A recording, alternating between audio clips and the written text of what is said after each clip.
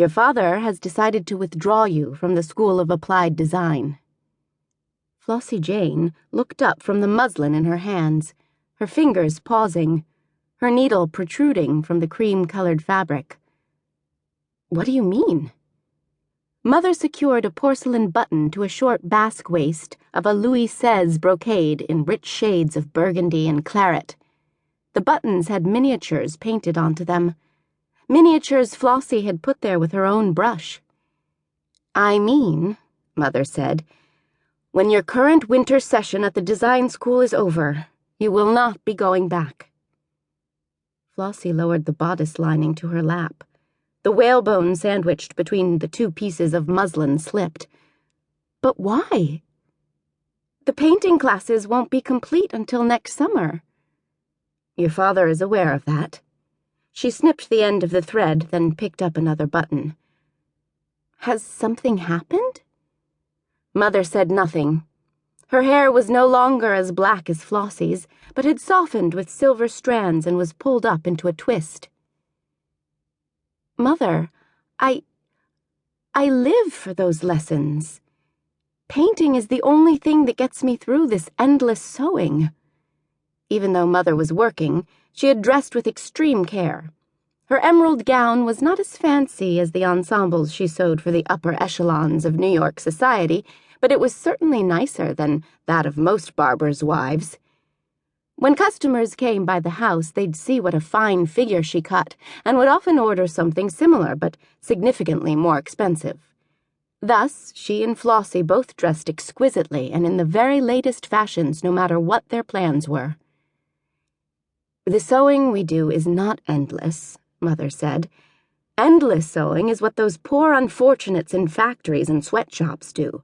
You and I work in our warm, cozy sitting room and handle all manner of silk, velvet, mink, lace, and jewels. We sew from first light until last light, until our eyes hurt and our heads ache. We stop only to do the cooking and cleaning." The thought of sewing without interruption was bad enough, but to give up her passion, the one thing that not only offered her a reprieve but infused her with renewed energy, was not to be borne.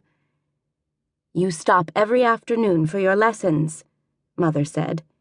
"Which is my whole point." Mother tisked. "You should be happy we have the work. With so many men losing their fortunes, many seamstresses are finding themselves with fewer and fewer customers."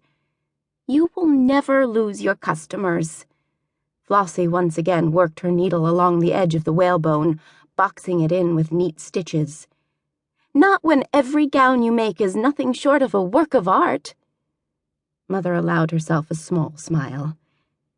"Your pieces are not far behind." "Even if that were true, the difference is you love to sew. I hate it. No, I loathe it. The only thing that keeps me in this chair is knowing that if I want to attend the School of Applied Design, Papa said I'd need to bring in the income myself. But if he's not going to let me go, then what's the point?" The fire in the grate popped, its heat warding off December's chill. Flossie used to love this room, with its northern light and view of Stuyvesant Park. Its mauve floral walls and Baghdad rug had hosted many a happy occasion. The sense of warmth and well-being it once induced, however, had long since dissipated, leaving dread and drudgery in its wake. For this was where she and Mother did their work week after week, day after day. She pushed the floor with her toe, setting her rocker in motion. "He went to the races again, didn't he?" Mother tied off the last button. "You really did do a lovely job painting these miniatures. Mrs. Wetmore is going to be very pleased with them."